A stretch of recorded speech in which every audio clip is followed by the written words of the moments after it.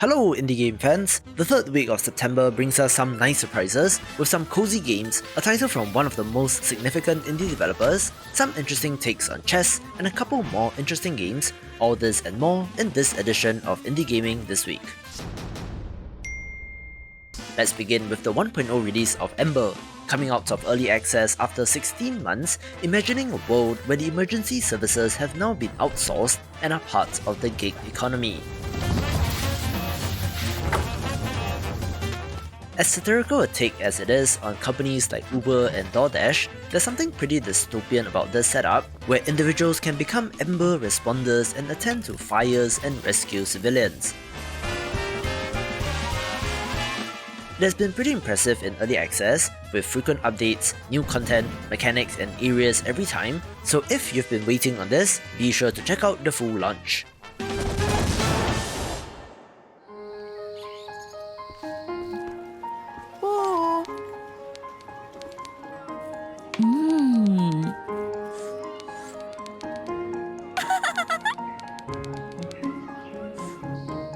I do have to give a very special shout out to Teacup, a wonderfully cozy narrative adventure game where a small and shy frog needs to gather the ingredients that she needs in order to host her tea party.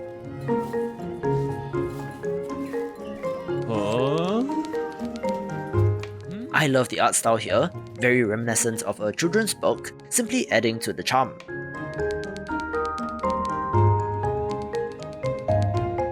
I'm not expecting intense gameplay or the most difficult of puzzles, but certainly a title worth checking out.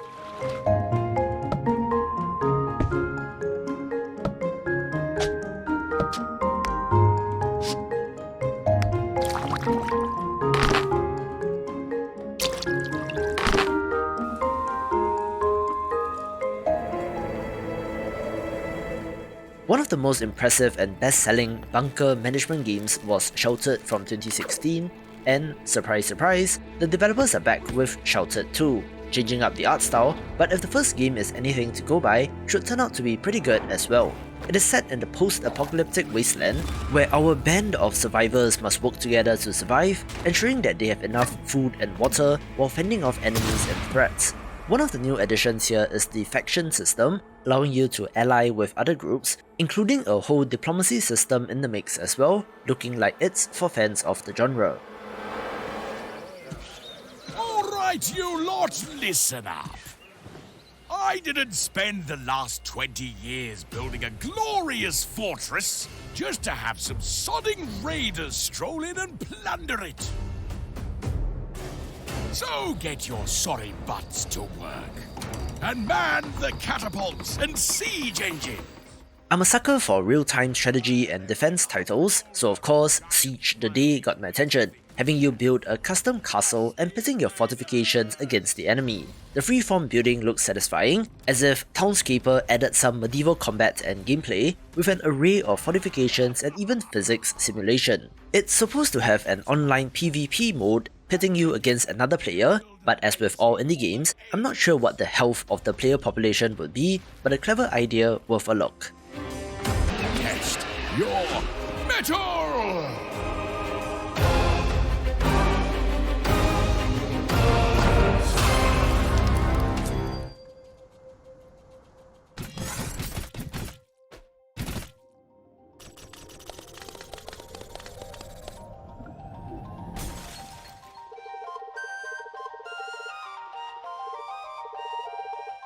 The title that I was referring to in the introduction, with one of the best pedigrees, is Beast Breaker, a Brick Breaker style action strategy game that, very interestingly, comes to us from the developer of the mobile hit Threes.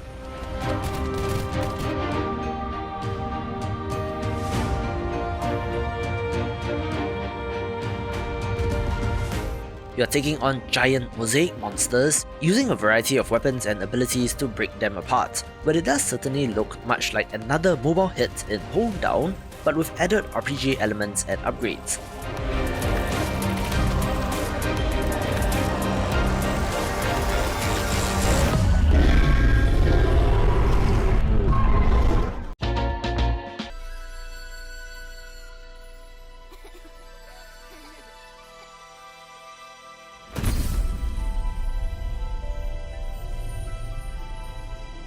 I sense suffering here, Spirit. Do you need help? Death and corruption are all that remain here. Turn back. Let's kick off bigger games with Kena Bridge of Spirits, one of the most impressive looking action-adventure RPGs, where our heroine, a young spirit guide, searches for a lost mountain shrine, encountering some of the most adorable looking creatures along the way. This developer is about 25 people and does have a whole animation arm, which explains why this looks great, but it does make them not so indie in my book, but a good looking game nonetheless that may be worth a play.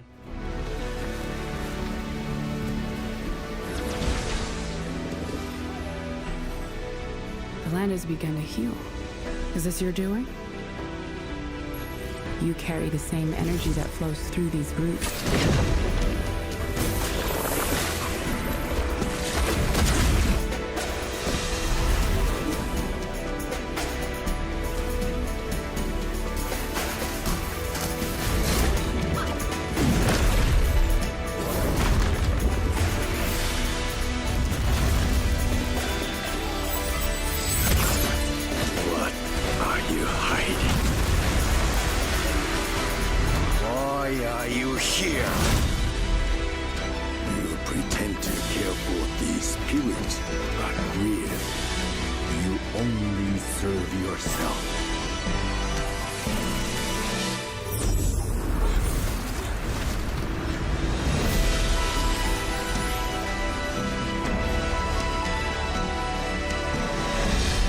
Brothers and sisters,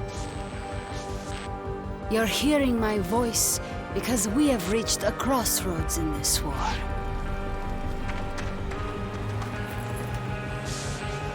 We know now that no miracle is coming. That simply surviving is a slow death. Our next title comes from the very not indie Saber Interactive, where World War Z Aftermath is the enhanced re-release of the third-person co-op shooter World War Z from 2019, adding 3 new locations, new characters, a new melee system, and even first-person mode, where this game was surprisingly good for a licensed title. This follows the co-op shooter path of Left 4 Dead, and for more games like that, do watch the video linked above. Forces are prepared to take back Rome.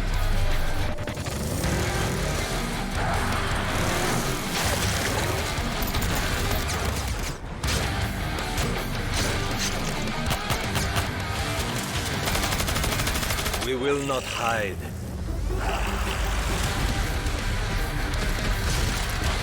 There will be no retreat.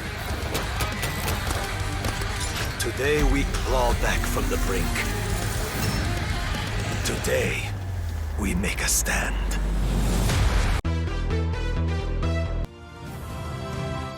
Let's begin smaller games with the Prologue demo of Axilon Legend of Artifacts, a decent looking high fantasy first person RPG, so no harm checking this out if it looks interesting.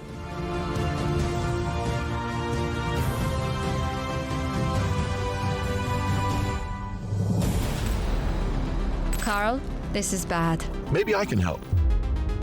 This area really opens up. For survival game fans, I think Beyond Contact is the pick of the week. Set on an alien planet and from a top-down perspective, looking like it has potential. It's insane!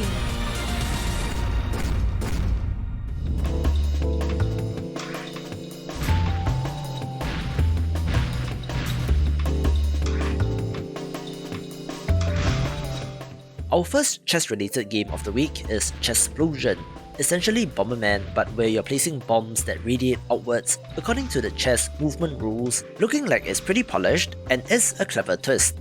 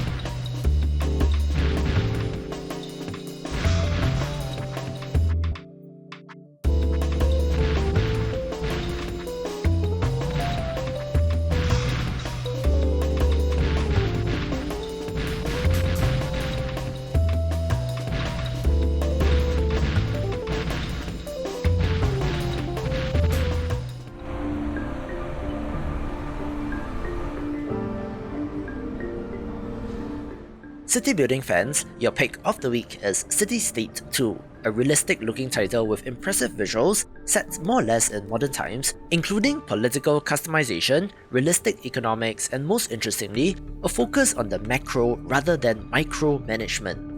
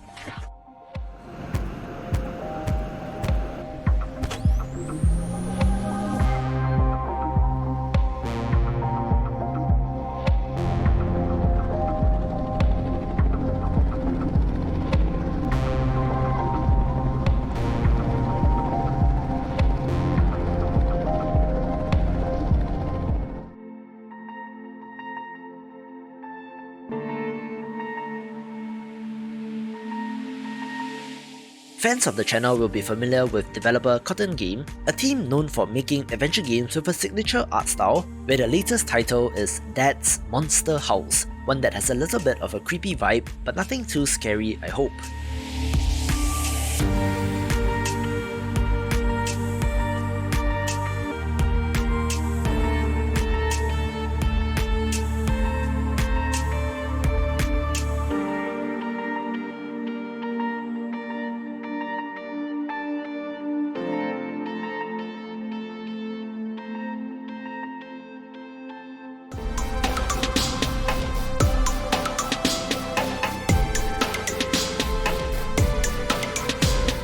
I'm not quite sure what genre of game this is, since Flewfie's Adventure is an adorable looking side-scrolling action-adventure game where you play as a cute kitty in a UFO, moving around the level, blasting enemies, solving puzzles and defeating bosses, where it's not exactly a platformer, Metroidvania or shoot 'em up, but somewhere in between, but it does look great nonetheless.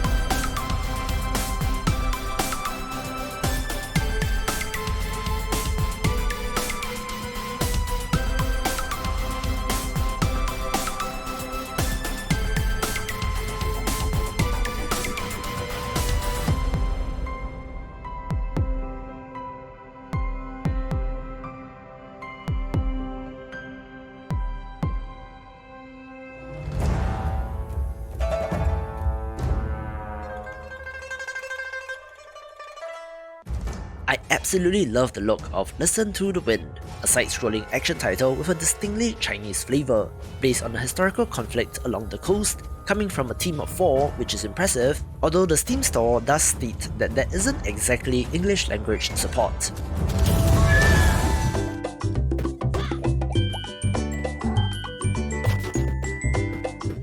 I like developer Flewfie Interactive, who makes smaller arcade-style experiences, with Meow'n'Dash being their latest, looking to be some sort of take on billiards or pool, where you need to turn all the yarn balls to the same colour, simply looking adorable.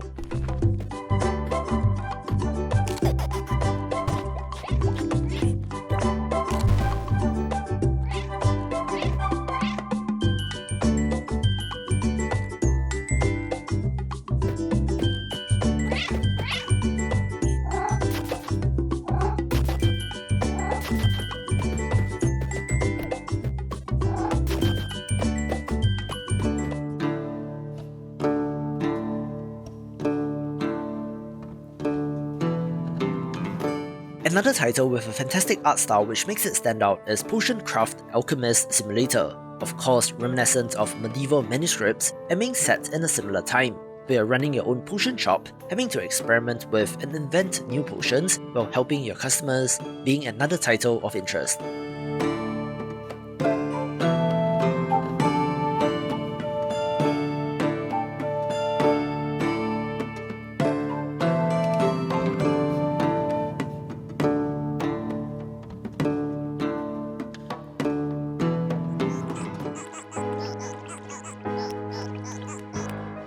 A simple but intense looking frustration platformer is Slimefrog, where the sticky tongue of the frog acts as a grappling hook, being your primary tool to ascend the level, looking like it could cause some rage. And for more titles like this, watch my video linked above.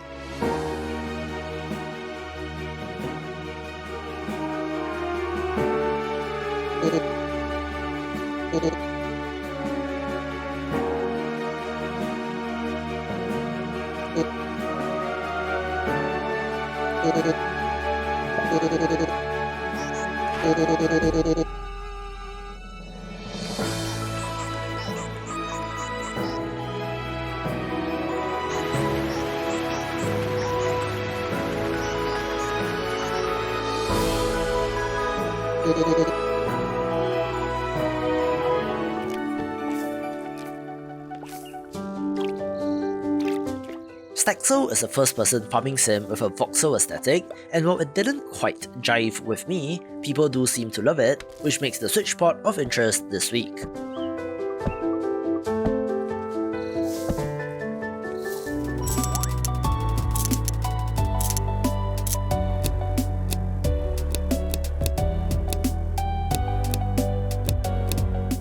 A very special mention goes to the Singapore-made The Signal State, a puzzle game set in the post-apocalypse centered around puzzles based on modular synthesizers, looking like it could be for fans of Zachtronics games.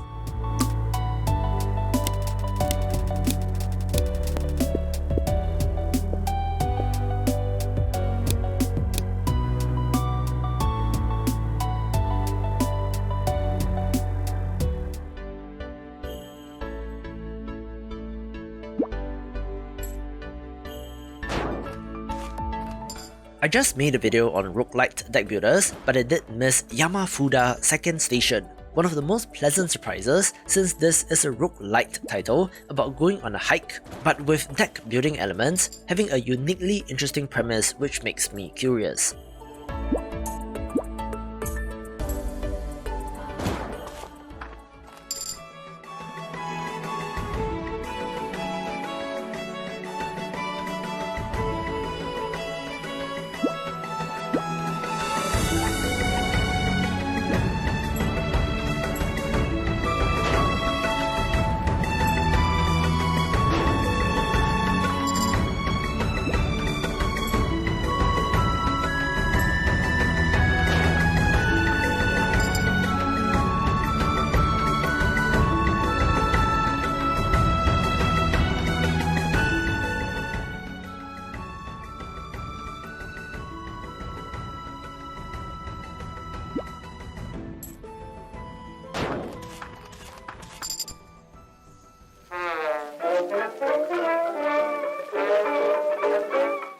Me being me, let's kick off the top 5 with If on a Winter's Night for Travelers, a pixel art point-and-click adventure game that simply looks fantastic.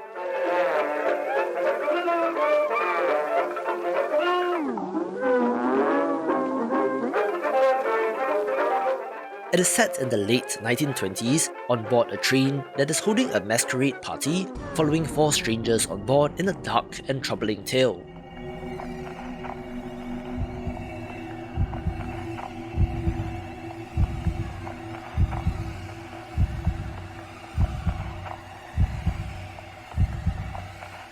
The developer did actually reach out to tell me about this game, where one look at it and I was instantly on board, where most interestingly, this was actually released earlier on itch.io and now comes to Steam and should be free as well, so do give it a go and please support this developer in any way that you can.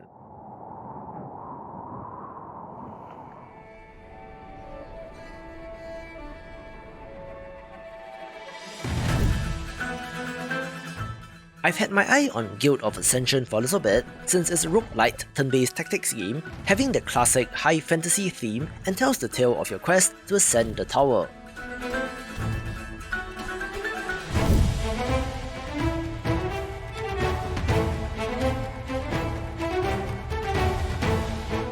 Most interestingly, the action is turn-based, but does have something called a real-time action combo system, where you have a limited amount of time per turn to act freely, looking like an interesting idea.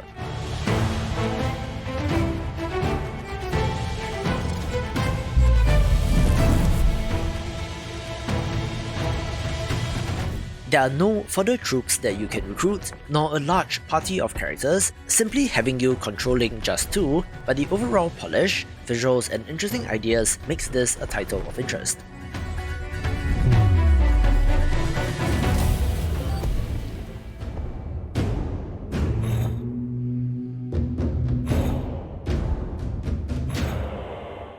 It's not often that you get 2 decent chess-inspired titles in a week, where of course, Ponbarian is the title of interest.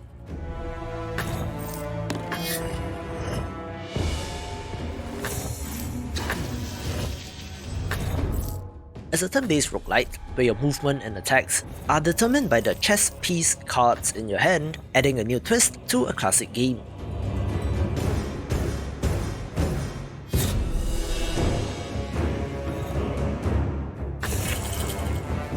However, on top of this clever idea, it adds a whole upgrade system for your card, represented by the little icons on screen, as well as 3 characters which appear to have different movement cards, looking like a very cleverly designed puzzle roguelike.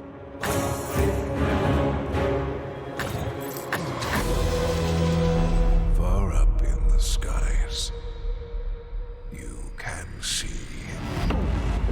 the towers of madness. We must open the 3rd gate to give access to the moon once more. We do this unwillingly, but we must. Surprise! One of the hidden gems of the week is Source of Madness, a deliciously grimy roguelite platformer set in a world of eldritch horror. I think that this looks fantastic, not my usual pixel art, but it does look like a high-res Noita in some ways, where you play as a new acolyte traversing through this dangerous world. Certainly has the potential and will be one to watch.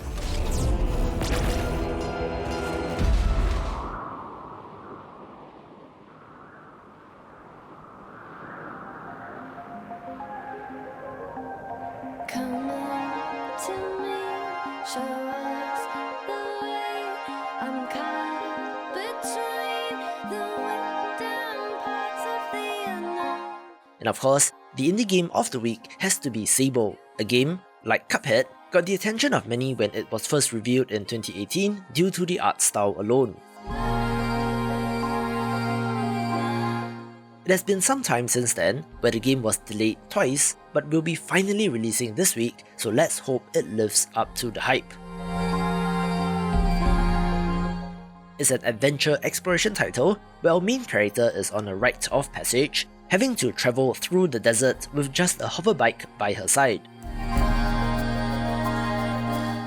Impressively, I believe this developer is just a 2-person team, where whatever magic that they have worked on the visuals is very impressive, taking the #1 spot.